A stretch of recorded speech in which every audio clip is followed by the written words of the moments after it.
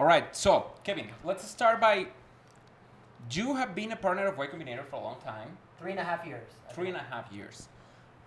What's the biggest surprise so far about startups? Like the most counterintuitive thing that you have found constantly, especially about startups that come from elsewhere, outside the US? The most counterintuitive thing about like working with like lots of different companies is that they are far more similar than they are different. So that means like the companies that I meet outside of the US, they don't feel any different in terms of like the founders that I meet, the problems that they're working on, the passion that they're doing, the problems that they're sort of facing. And so therefore, it turns out what's surprising is like the basic things that like Paul Graham has came up with in terms of like how we should make something people want, build stuff and talk to users, that applies to everyone. And part of what YC does really well is just kind of reminding people of like what are the basic values and are we like being honest with ourselves about making those happen. Freddy le preguntó a Kevin de que qué opina sobre, ahora que ha estado viajando y conociendo muchas empresas fuera de Estados Unidos, cuáles son las cosas más sorprendentes que ha encontrado. Y algo sorprendente que él menciona, él estuvo recientemente en Chile, estuvo recientemente en Argentina y ahora también acá en México hablando con startups, y es que lo más fascinante es que los founders, los problemas y los desafíos que tienen son muy similares, que no existe tal cosa como problemas específicos de cada área, sino que al final los problemas más particulares que tienen las empresas y que hacen y que las frenan son similares. What were you doing at YC normally? Like in the past 3 years, what was your main objective while you were talking to startups? Okay, so my main objective when I work with companies is threefold.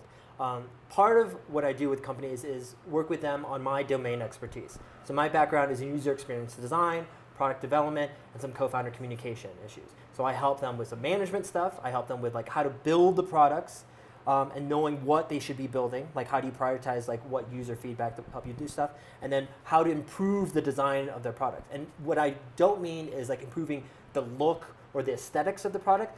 I focus on helping people make them work a lot better. And that means looking at conversion rates and helping people improve them. So on average, a lot of the work that I'll do is usually doubles, triples, quadruples the conversion rate of a lot of early stage startup growth for their landing pages, home pages, interaction design, whatever it is that they want to optimize. You've seen that, like 4x improvement with UX improvements. Yes.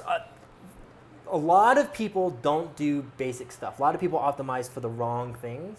And usually, a lot of what I do is pretty simple. It's just I go like, hey, there's a set of questions that a user will have when they want to hit your call to action. And a lot of times, people don't answer those basic questions, right? So what is it? Is it right for me? What's the cost? What is the catch? So like what happens if I get this, even if it's free? Where do I get help? And then who else is also using the social impact? And usually times, whether it's a landing page or a home page or like on the interface where you're inside of the application, those questions aren't answered. And so people will always be slowed down in terms of figuring out like, what am I supposed to do next? And what's the reason why what's going to get me to click on that button? Estaba contándonos Kevin, Freddy le preguntó sobre qué vale su trabajo de día a día, qué está haciendo él en la oficina, cómo él apoya a las empresas, y menciona que él se preocupa mucho de la interfaz, de la UX, pero no tanto de asegurarse de que las cosas se vean mejor, sino simplemente que tengan mejor conversión. Y para eso utiliza muchísima data y se pone a medir, principalmente para empresas que están empezando, asegurarse de que tengan mejor y mayor conversión. En algunos casos ha llegado a ver hasta un 4x de crecimiento, y esto es súper importante, principalmente para pequeños proyectos que están buscando cómo despegar, cómo encontrar un nicho importante. But outside of that, so I'll work on that for my domain expertise. But for most of the companies that I work with directly, I'm always working with them on like, how are you have you figured out a clear version of your idea that you're communicating, both either to users, investors, co-founders, employees, etc.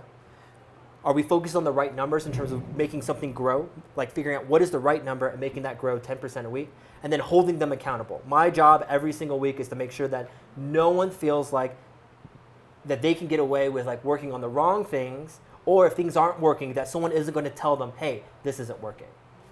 Otra cosa que mencionaba es que él trabaja desde este aspecto porque es donde él tiene mucho más experiencia, pero que aparte de esto, Kevin, una de las cosas que más les gusta es asegurarse que se enfoquen en el problema correcto, en asegurarse de que sean accountable. ¿Cómo dices accountable en español? Como que sean responsables.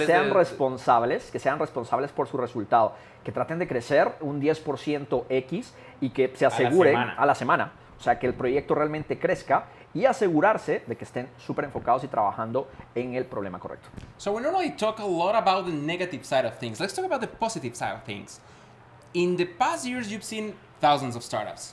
What has surprised you for the best? Like what kind of UX trend or improvement or something that you thought, wow, I didn't know this. This surprised me. And it surprised me that it works so well. Here's the best trick that I do.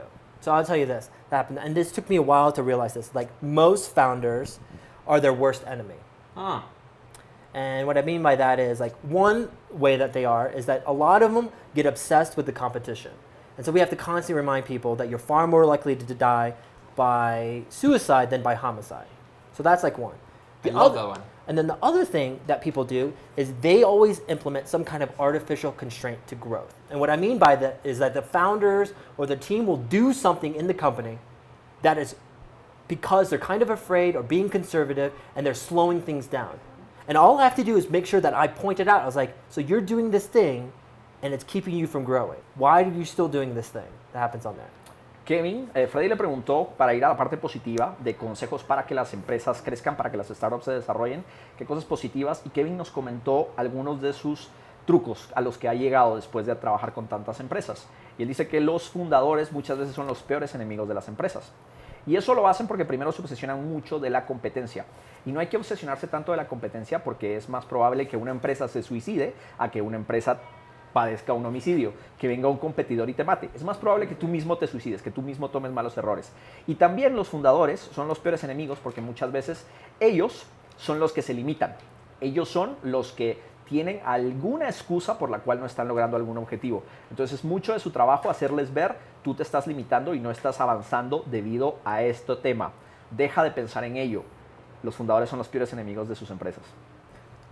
So I'll give you an example. So one thing that a lot of founders think they have to do, and they're copying what big companies do, is they'll put like beta on their product. They're just getting started, they'll put beta on there, and they're supposed to be B2B or enterprise or whatever has happened on there, or they'll be in stealth mode, right? And they'll decide like, I can't talk to too many people about this because we're still figuring it out. And the thing is like, once you finally get out of beta and once you finally like launch your company and start talking about it, you spend the rest of your company's life, 10, 20 years, just trying to get people to come and use it. And so to me, it feels really weird that you would have any moment in your company's life where you're trying to like slow people down. The reality is no one knows that you're using it. And the beta label is insurance for you to make a mistake. But quite frankly, all good companies, what ends up happening is like, you don't ever make a perfect company. You will definitely make a mistake. And the good companies, what they do is they just be really reactive. They fix stuff really quickly. And then what ends up happening is like people will understand. The more you try to act like a faceless corporation, the less that you have leverage, or less that you have like a close connection with your customers, which is what you need in the very beginning. Yeah. Solo voy a pasar. Nos estaba dando un ejemplo muy bueno y es que dice de que muchos fundadores también vienen y ponen a su producto que está en beta, que todavía no está libre. Y eso es simplemente una excusa para permitirte cometer errores. O algunos que limitan y dicen, estamos en modo de lanzamiento, entonces en este momento solo me estoy asegurando que aparezca, que entre cierta cantidad de usuarios, pero no todos. Entonces, que él cree que después de que las empresas finalmente lanzan, después de que quitan el beta y su producto está en vivo, todo lo que va a hacer un fundador durante los siguientes años va a ser asegurarse de que la gente venga y consuma tu producto. Entonces, ¿por qué te vas a poner límites cuando empiezas? No tiene sentido, simplemente anímate, apúntate a hacer cosas. All right, but I still feel like you cheated because my question was what surprised you positively? Oh, And you again told about the negatives of it. the thing is that works. The thing is like something that really simple. I know, and I love it. Freddy le dijo de que nos está traicionando porque al final no está hablando de las cosas positivas, está haciendo trampa porque y no nos está diciendo sobre las cosas positivas y dice, es que eso funciona mejor cuando das ese mensaje. So let's do it another way. Is there something that a company did that surprised you for the better, for the good? Like, wow, I didn't thought of that. Cool company. Freddy le preguntó Remember si hay that this algo- program is brought to you by Platzi. So Incredible courses. Freddy le Amazing preguntó experience. sobre algo de alguna empresa que lo haya sorprendido y entonces estoy traduciendo y comprando tiempo para que Kevin pueda pensar sobre una respuesta increíble. yeah. Let's go. Here's the thing. Can you go back to remember your first office hours with me? Yeah. So tell me about them. How did it go? Freddy, cuéntanos en What did I talk to you español about? cómo fue la primera vez que nos sentamos con Kevin. I respect the way that you took my question and put it against me. and I'm learning a lot from this experience. So I remember Kevin tell. Should I say it in Spanish directly? Probably? You can. All right. Recuerdo mucho que Kevin me mencionó cómo nosotros estábamos artificialmente parando nuestro crecimiento, como que nosotros como founders sabíamos que podíamos hacer mejores cosas, pero no las hacíamos. Y hablar de crecimiento y hablar de el siguiente paso. También recuerdo que me mencionó que nosotros tenemos algo muy bueno, que tenemos una experiencia única de educación online y que debemos llevarla más allá, ser un poco más ambiciosos. Y también que tenemos un montón de errores en nuestro landing, cosas tontas como CTAs, call to actions y cosas por el estilo que eran fáciles de arreglar. Que, de hecho, creo que Kevin fue la persona que me quitó los botones de Twitter, Facebook, Google Plus en la época. Google Plus was still a thing.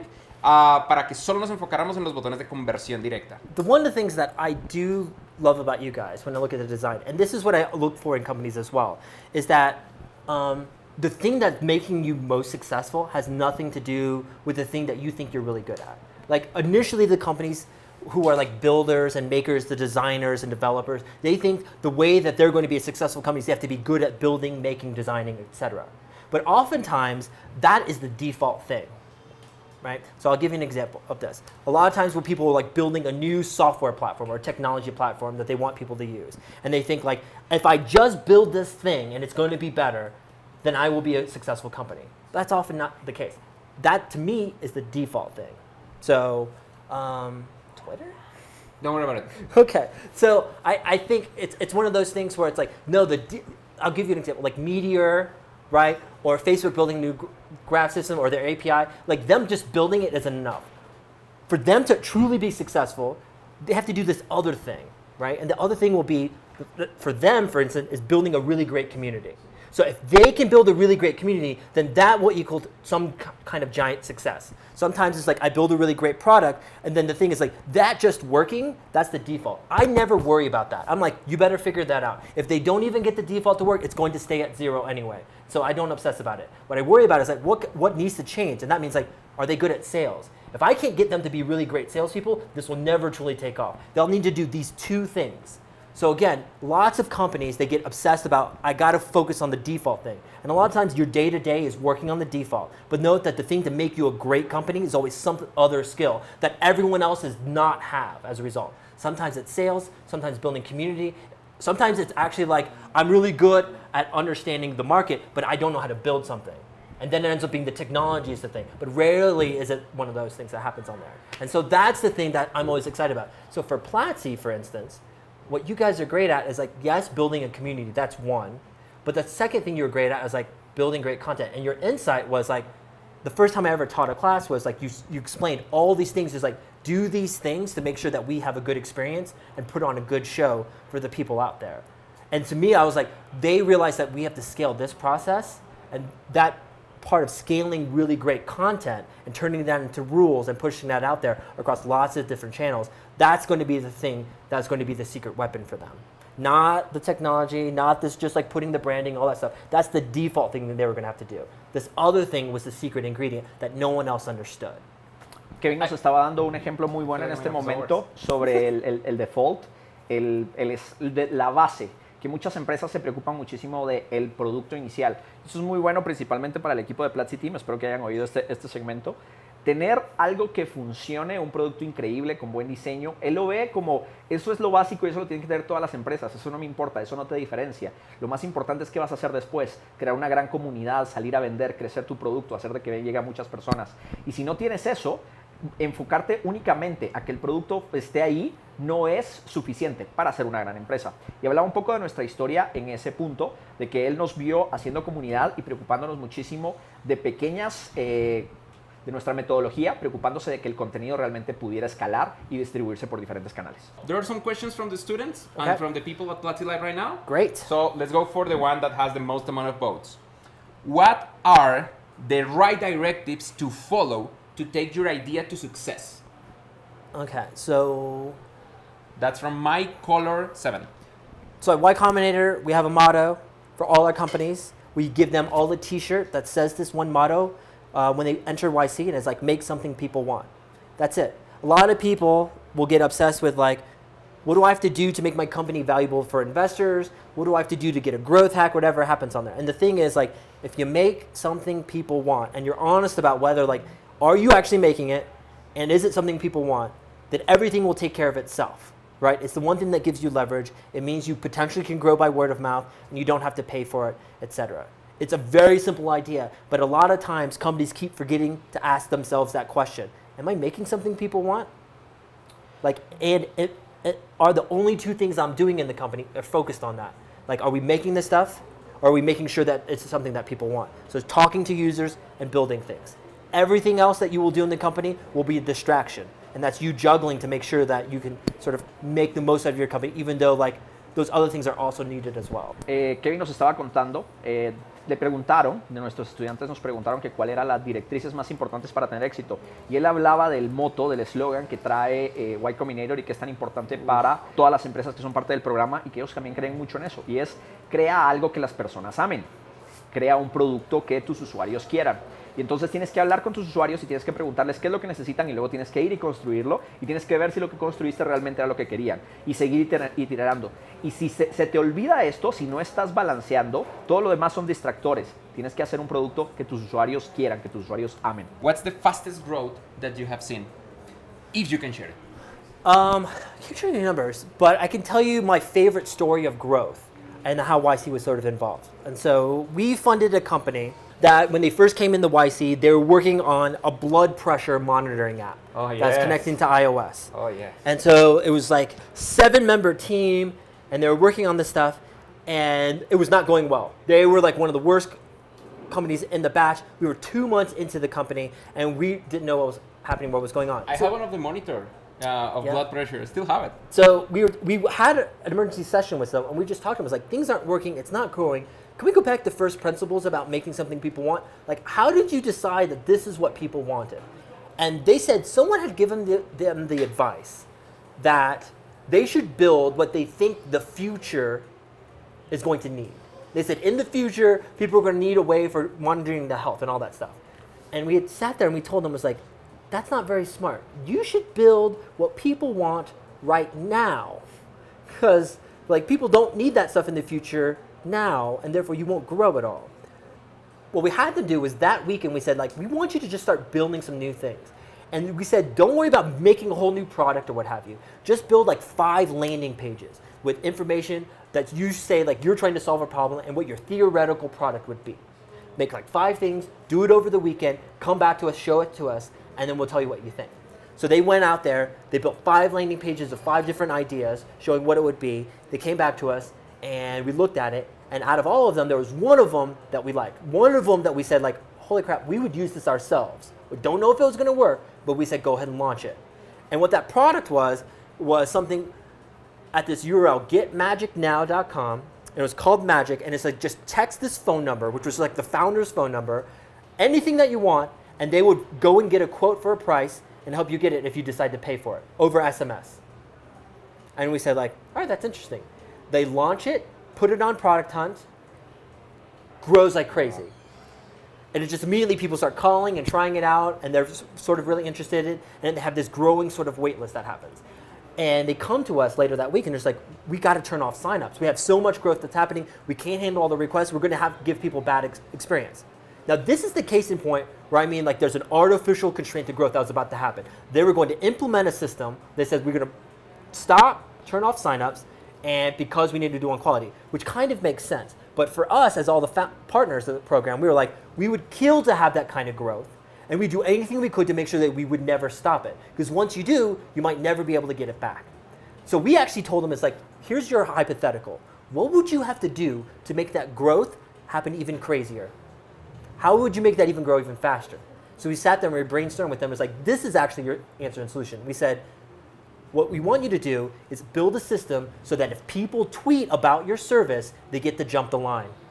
You already have a waiting list, have them tweet about it, and help spread it to go even faster. And they said, okay. So they build out that system, enhance the waiting list system, explodes.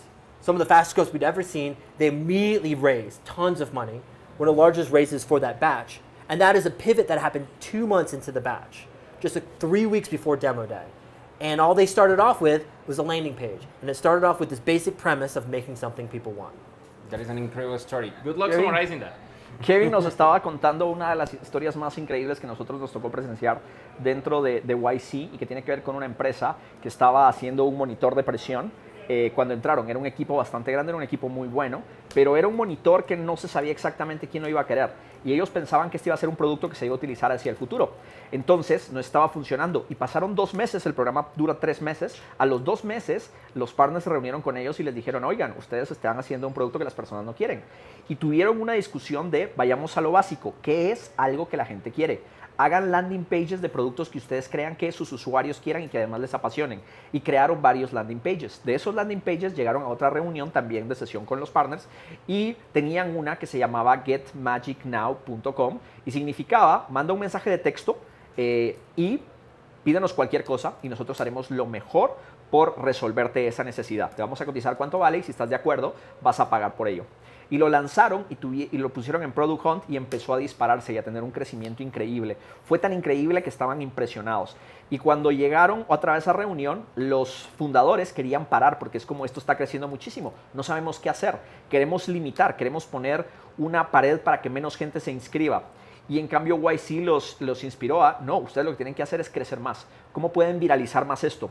Crearon una lista de espera para suscribirte a Magic y de hecho, si querías ir más rápido en la lista, necesitabas usar tus redes sociales para atraer a nuevos usuarios. Y siguieron creciendo y es uno de los crecimientos más grandes que han visto en la historia. También esa empresa fue y levantó bastante capital para seguir creciendo y ese tipo de desafíos nacen de preguntarse sobre cuáles son las cosas importantes. I think I did a great job summarizing that one. You did a great job summarizing that, man.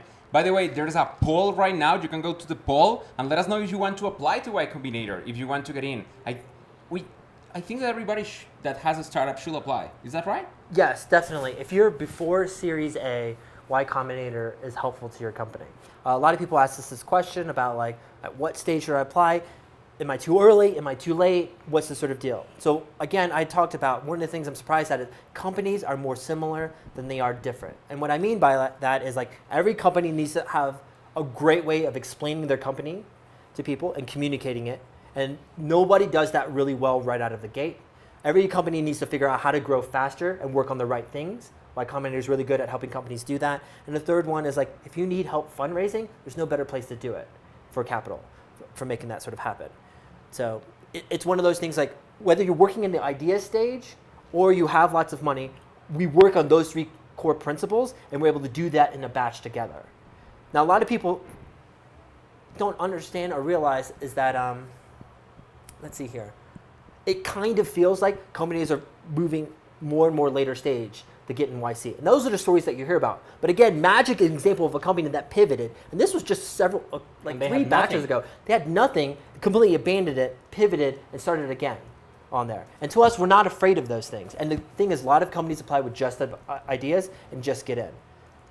And the thing I want you to understand here is that that kind of question is one where you're trying to figure out, like, how do I optimize my odds or chances of being successful getting the Y Combinator? And I want you to know that that is the wrong mindset, right? I'm looking for people that believe that they can beat the odds because doing a startup means that you're probably going to fail. It's the hardest thing that I have ever done. It's the hardest thing that any of our startups ever do. And it's one of those things like you go into it because you just cannot help yourself. It's the only thing you could ever do on there. And so my winners come from the ones that went in the margin. So the ones that are surprising, that are unpredictable. And so for me, I'm not looking for more evidence, right, that you're definitely going to be a success, right? I'm looking for the ones where like I see some kind of potential. And sometimes that potential is going to be with an idea that's already making money, already has a launch product, or just as an idea and I see it at the team level. So you've got to believe it's like, I'm going to win no matter what. And that is what I'm looking for. If you're sitting here trying to figure out like, well, I want to apply at the right time. I want to make sure I have the right things that are set up on there. It's the wrong kind of attitude. Your belief system should be that like, I'm making this happen no matter what, regardless of YC. It would be nice to be YC to have it work. There's no penalty for applying multiple times. And I think a lot of people believe that like if I do it all the times, then there's this evidence that I'm not good at stuff. But the thing is like the average founder that gets into YC applies like 2.5 times to get in there. Yeah, we applied twice. Now you can translate. Bueno, Freddy le preguntaba si para todas las personas que tienen un emprendimiento en este momento, si vale la pena aplicar a YC. Y dos cosas que me resuenan muchísimo y que quiero mencionar es, primero, que no hay ningún momento malo para aplicar a YC. Si estás desarrollando un producto, vas a hacer muchas cosas difíciles. Entonces él está buscando a las personas que rompan las expectativas de una startup, porque la mayoría de startups van a morir, son difíciles. Hacer un emprendimiento es la cosa más difícil que vas a hacer en la vida. Entonces, pensar en no estoy listo, me falta producto, me falta mercado, todas esas excusas es la actitud incorrecta. Tú tienes que asegurarte, tú tienes que tener la actitud de voy a ganar, lo voy a lograr, voy a ser exitoso. Y eso es lo que a él le gusta ver. Si tienes una empresa que está empezando, de que ya están desarrollando un producto y todavía no han pasado hacia una serie A, ellos pueden agregar muchísimo valor, tienen todo un sistema. Y lo más importante, esto ya no es traducción, sino es un comentario de Cristian para ustedes. Él menciona que 2.5 aplicaciones hace cada empresa que pase. Nosotros aplicamos 2 veces. Y lo más importante es que creo que faltan más empresas latinoamericanas, que hay muchas y son muy valiosas, que sean parte de este programa y que se desafíen a buscar crear negocios mucho más globales. Así que tenemos que perseguir eso. All right. By the way, that last question was from Twitter from Julián Guarín. @Habemos ñoño.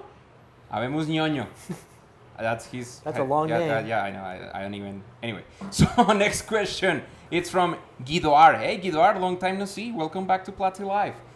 His question is, what are the 3 main things you have to keep in mind when you want to start a startup from nothing? Like the 3 main things. Okay, the first one is, are you making something people want? So that's like really easy, the setup on there. And the second thing is like, do I have the right team that's set up to do this? And for us at YC, successful teams have 2 components. They have the ability to hack and an ability to hustle. And what I mean by this, like they can make the things that are necessary and they know how to sell or make things sort of grow. And sometimes that can happen in one person, but oftentimes it's much better. It works a lot better when you have it in a team or group sort of setting. Happens on there. Then the third thing is going to be, how do I get that first thing off the ground as fast as possible? Right? So it could be like, I know what I want to make for people, but what's a way to test that it's something people want very quickly? And oftentimes I'm thinking like, I don't want you to spend no more than 2 weeks on your first MVP. Anything beyond that means that you've thought of something that's way too complicated. And so sometimes it's just creating a landing page. You can do that to start determining that out, putting out a survey, asking questions on there. There's lots of different ways to think through it. But usually it's probably like simplify. So that way the thing I'm solving is just like one thing for this one little problem and testing it out, and you grow from there. Christian, please. Freddy le estaba preguntando sobre cómo ellos encuentran a estos buenos fundadores, cuál es un poco del proceso, y él hablaba precisamente que primero ver si están construyendo lo que los usuarios quieren, que esto definitivamente, y luego fijarse en los fundadores. Si el fundador, aunque muchas veces no solo es un fundador, sino es todo un equipo, son las personas correctas que van a desarrollar este proyecto. Habló muchísimo de estos fundadores y de cómo estos equipos que estén convencidos y estén trabajando en el problema correcto y lo hagan rápido. Y también ver qué tan rápido van a quitarse pesos de encima para seguir adelante. Uno de ellos es, por ejemplo, lanzar el mínimo producto viable, el MVP. Y mencionaba que a él le gusta que tengan eso listo en 2 semanas, que no se tarden más, que simplemente salgan de eso y se metan a resolver otro y otro problema para ir agarrando tracción. By the way, this may be heartbreaking for some, but it's really important to speak English to apply to YC.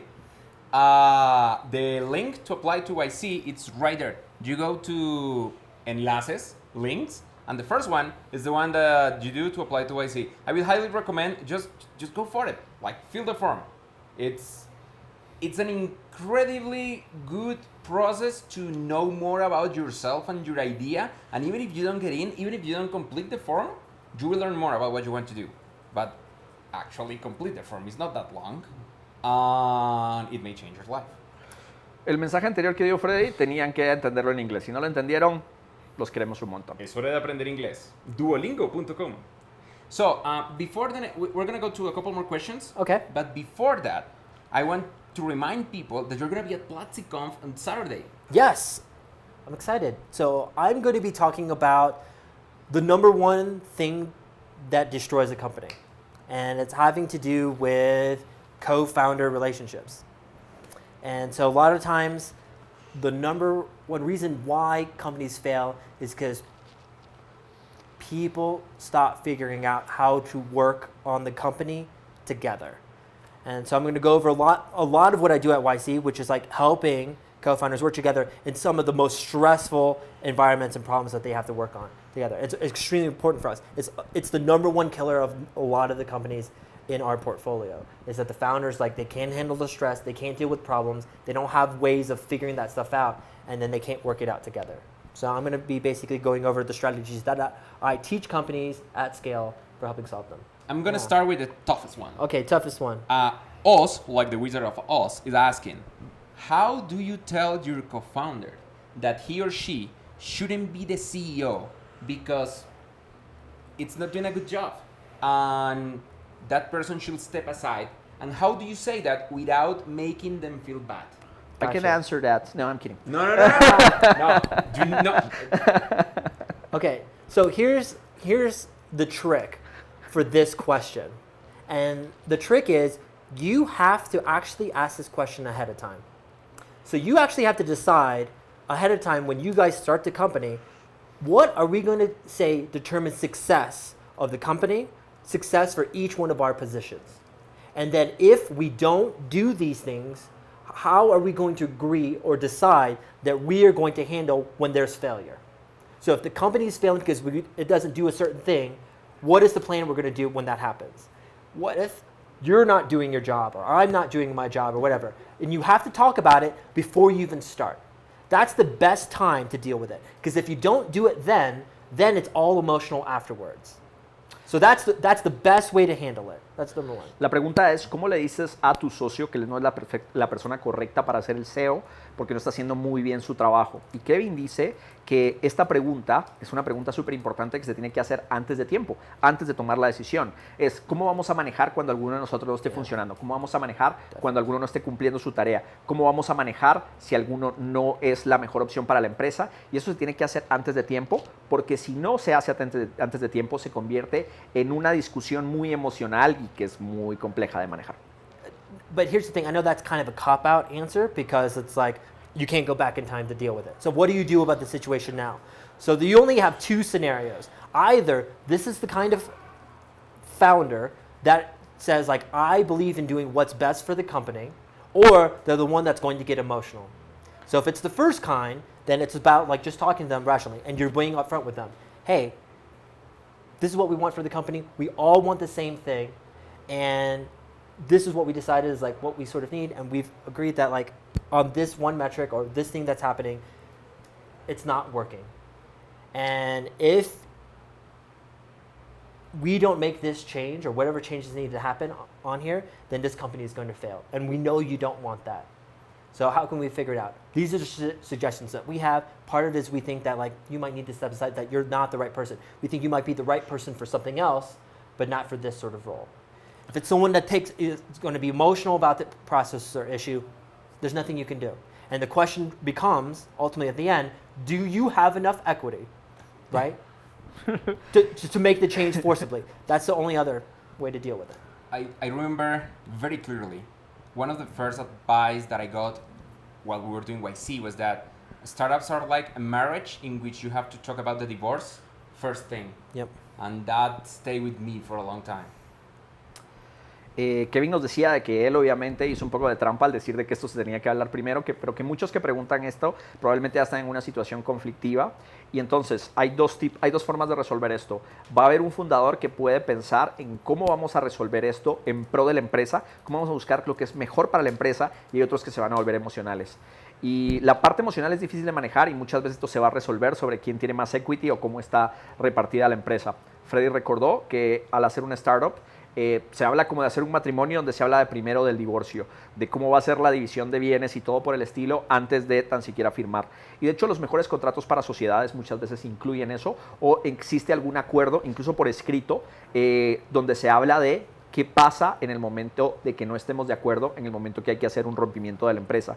Y esto es muy saludable, y creo yo que en Latinoamérica no tenemos muchas veces las fuerzas para de tomar, porque creemos en, no, yo confío en ellos, entonces voy a firmar lo que haga falta, sin pensar en las consecuencias negativas a futuro. Y creo que debería ser al revés. What startup do you admire in Latin America? Or what startups do you admire in Latin America? What startups do I admire in ¿Qué Latin empresas te America? gustan de Latinoamérica? Y le dijimos que obviamente que no hable de So- Platzi. What is it? Rappi Rappi. is like amazing company that is basically, they have this big mission to become like the Amazon for Latin America. And they can do it. And definitely, and it's like from this completely different angle, awesome design skills, great at product, understanding the users. The team is super passionate. I loved working with them when they were in this sort of batch. Pamela is coming in to Platzi Cuff, right? Yes, Pamela. Right. So Oh her, my, she's unstoppable. yes. So she is one of the most tenacious founders I've ever met. I love her sort of story and stuff that she's figured out on there. Big. And I'm very much interested in watching her actually become Amazon in Latin America in a very different way. And so, yeah, like I pushed her very hard. She built this like amazing literary reading community, and it's targeting at this like new type of millennial generation. Turns out Latin Americans like love books and reading, and she's built like this technology platform for like helping understand how to read and understand books at scale. But she's also figured out like how do you figure out how to solve e-commerce and selling and delivery also at scale. And she's also like a kick-ass founder. And I know there needs to be a whole lot more examples of great female founders out there, and she's one of them. They're saying, really? Rappi's doing that well? Rappi's killing it. Rappi's killing it. Killing it in English means that they're doing really well. They're not murdering people. They're doing incredibly well. Preguntaron sobre empresas latinoamericanas destacadas y Kevin nos mencionó del caso de Rappi, que es una empresa increíble que él cree pueden convertirse en el Amazon de la región, desde un approach con muy buen diseño, con unos founders súper apasionados que conocen el mercado y les está yendo muy bien, están creciendo bastante, están muy orgullosos del trabajo que están haciendo. Ellos son de Colombia, aunque han tenido mucho desarrollo internacional. Y luego hablaba también de Pamela. Vic es otra empresa de México que también está siendo parte del programa y es también súper apasionada por el producto que tiene. Es una de las, how do you say tenacious? Es una de las personas más tenaz que existe. Que nunca se rinden. Una de las personas que menos se rinden y que ella también está muy enfocada en la generación millennial y que también por ahí ella está tratando de hacer un Amazon para la región. Entonces es muy poderoso estos dos founders. Ella es mexicana, su socio es de Guatemala, así que también es una sociedad súper diversa que representa Latinoamérica y de la cual también nosotros estamos muy orgullosos. Please leave us with something that you want our students, everyone there at Platzi Life, to keep in their minds, like something that really impact your life and an advice that you still carry with you, that you want them to carry as well. Yeah, easy questions, you know. Yeah. Here's the thing. The thing that changed my life, it was once I realized that the people that I saw that were successful, the people that I admired, they're not any different than me or anyone else that were in the room that happened on there. And a lot of people think that you have to work towards something and then hope that like you will get approval or something else to help you move on to the next step. And the thing is like you always have that choice on your own. Like you don't need Y Combinator. Like I want you to apply, but the thing is like I in the end need you to make my model work, right? And so like my fundraising advice for companies is like make them be the kind of company that doesn't need to fundraise, right? My advice for like helping people grow is like and do sales is like be the kind of company that doesn't need salespeople. It's all about it's like what can you do so you don't need someone else's approval, so that you don't have to wait, that you don't need to have like some kind of ego boost. A lot of what I do on these outreach tours is basically tell people is like, yeah, sure, it's fine. And the thing is, here's the secret. I don't tell anyone that they can't do it. I don't tell anyone that they have a bad idea because quite frankly, I don't know. I can't predict it. At YC, we don't predict markets, trends, verticals, industries.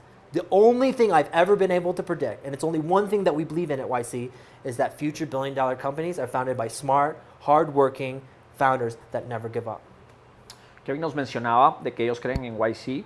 Ellos no pueden predecir mercados, ellos no pueden predecir ganadores. Ellos lo que sí pueden ver es a personas apasionadas que van a lograr construir grandes empresas. Y que para ser exitoso, para levantar capital, para que realmente tu proyecto funcione, lo mejor que puedes hacer es no depender de nadie. Él incluso mencionaba de que son las empresas las que hacen que el modelo de Y Combinator funcione, pero que las mejores empresas que no los necesitan a ellos, que no están en inversión, que simplemente están construyendo algo increíble que sus usuarios quieren, son las que logran mucho mayor éxito. Entonces es una gran forma de crecer. Simplemente ve y haz el trabajo duro, construye una comunidad de usuarios que te quieran y ya está, es exitoso. En PlatziConf vamos a tener streaming en inglés y en español con traducción simultánea. Así que incluso si ustedes no saben inglés van a poder seguir la transmisión. But please still go to PlatziConf. Remember, there's a free streaming at platzi.com/conf. You have to sign up today. Platzi.com/conf. Also, if you want to be on site, if you want to meet Kevin at PlatziConf and Kat Manalak and Patrick Collison, the CEO of Stripe, and the director of Wayra, the investment branch of Telefonica, and one of the partners of 500 Startups, and even Christian, you just have to sign up today. You can still make it to Mexico City. You can still make it to Mexico City. Go to platzi.com/conf. It may be one of the best investments in terms of time that you've ever done. Not particularly because you will meet us, but because you will meet the kind of people that do that kind of commitment. And those are the kind of people that you want to meet. Your co-founder may be there. Even the love of your life may be there. Maybe not. But still, platzi.com/conf. It's this Saturday at 2 p.m. Mexico time. Do not... Are you going to miss PlatziConf? I'm definitely not missing PlatziConf. I am really relieved to hear that. Kevin, it's been a huge honor. I'm really privileged to have you here. Oh, my pleasure. Thank you so much for hosting. And I'm again reminded of how much you helped us grow to the next level at this company. We still have a long way to go, but I think, and I say this honestly, not because I have like thousands of people behind the camera, that our company is better thanks to you. So really, thank you very much for that. Ahora que terminaste de ver este video, deja un like y suscríbete a nuestro canal. Verás lo mejor de Platzi Live y te enterarás antes que nadie de todos los cursos que tenemos preparados para ti.